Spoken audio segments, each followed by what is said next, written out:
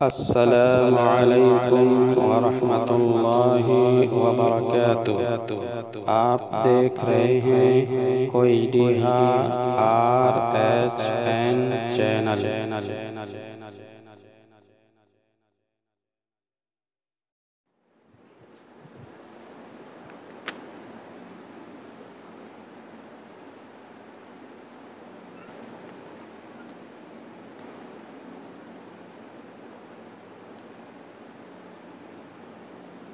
السلام علیکم ورحمۃ اللہ وبرکاتہ۔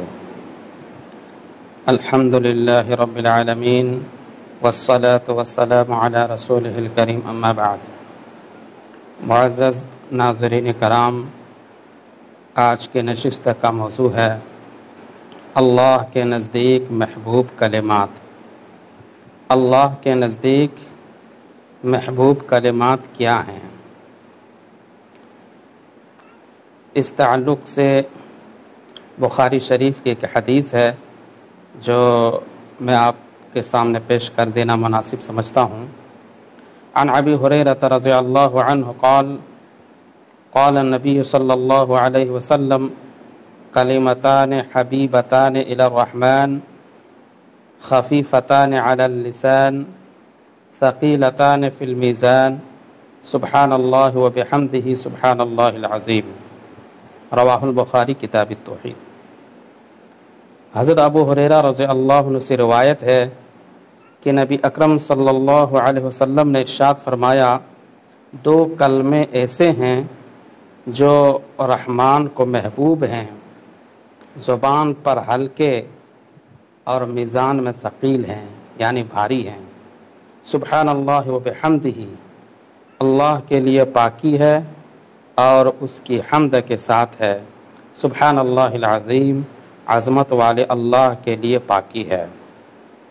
امام بخاری نے اپنی صحیح بخاری کا اختتام اسی حدیث پر کیا ہے تاکہ ذکر الہی کی فضیلت واضح ہو اور حدیث کے مختصر مگر پرمغز کلمات زبان زد ہو جائیں۔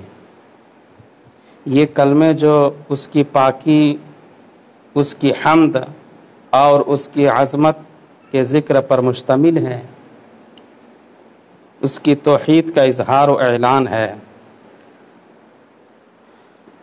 اللہ کے لیے پاکی کا مطلب یہ ہے کہ وہ ہر قسم کے عیب، نقص، کمزوری، خطا و نسیان اور ان باتوں سے جو اس کے شایان شان نہیں، پاک اور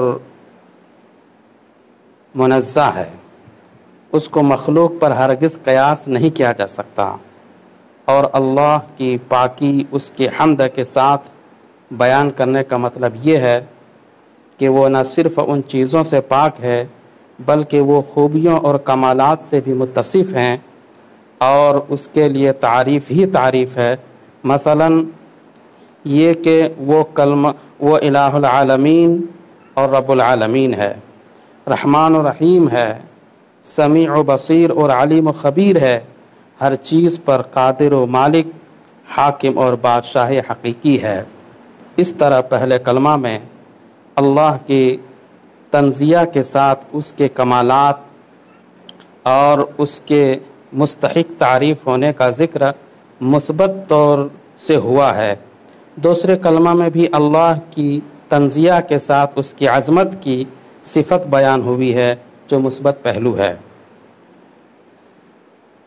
یہ کلمے زبان پر ہلکے ہیں، یعنی ان کو آدمی آسانی سے ادا کر سکتا ہے۔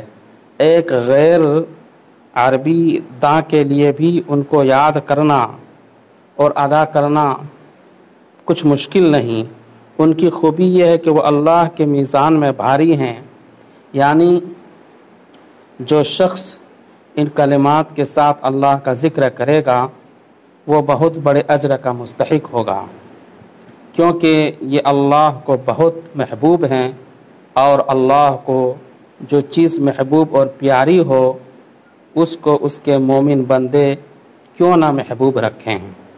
واضح رہے کہ دین کے معاملے میں